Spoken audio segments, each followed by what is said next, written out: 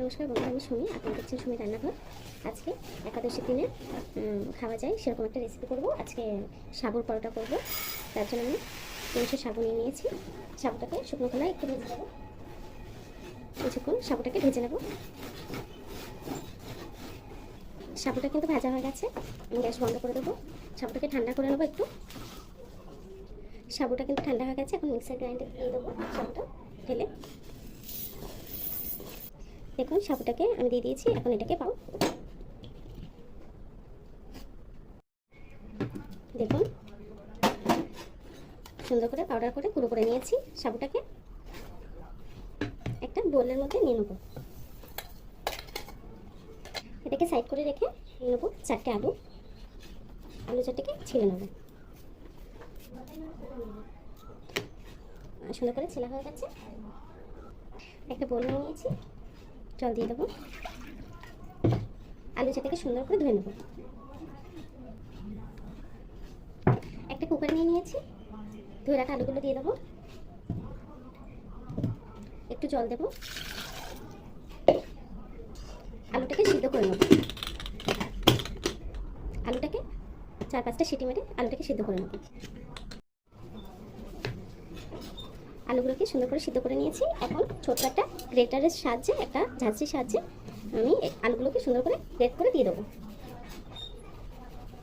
আলুটাকে কিন্তু গ্রেট করে দিয়ে দিয়েছি। এখন দিয়ে দেবো 2 চামচ জিরের গুঁড়ো, দিয়ে দেবো স্বাদ মতো লঙ্কার গুঁড়ো, দিয়ে দেবো নুন স্বাদ মতো।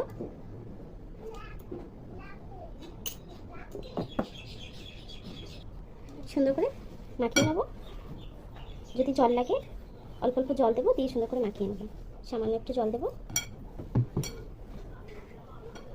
এটা কিন্তু সুন্দর করে মাখা হয়ে গেছে। এখন কিছুক্ষণের জন্য রেখে দেবো।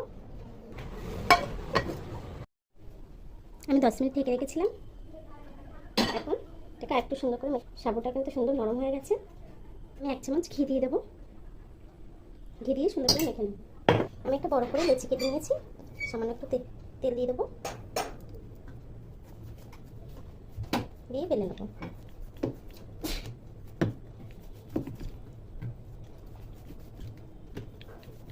আমার কিন্তু বেলা হয়ে গেছে। এভাবে বেলে নেবে। নিয়ে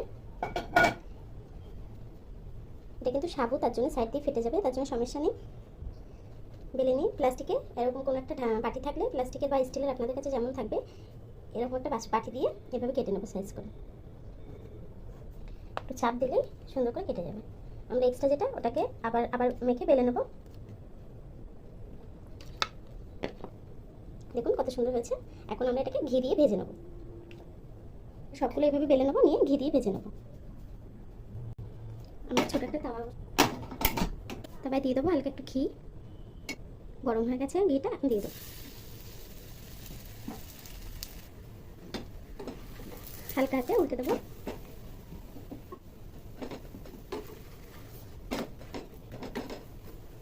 উপর থেকে সামান্য একটু ঘি দিয়ে দেবো। এতে ভাজাটা আরও সুন্দর হবে, খেতেও ভালো লাগবে।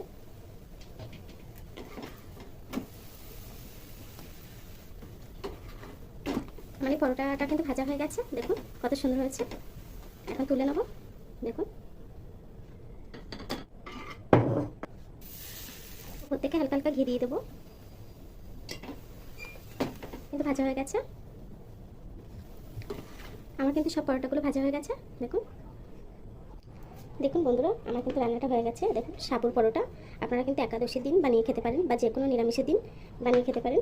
তো আপনারা এই রেসিপিটা অবশ্যই ট্রাই করবেন। কেমন হয়েছে কমেন্ট বক্সে জানাবেন। আর আমার ভিডিওটা যদি ভালো লেগে থাকে ভিডিওটা লাইক দিয়ে চ্যানেলটিকে সাবস্ক্রাইব করে নেবেন। সবাইকে ধন্যবাদ।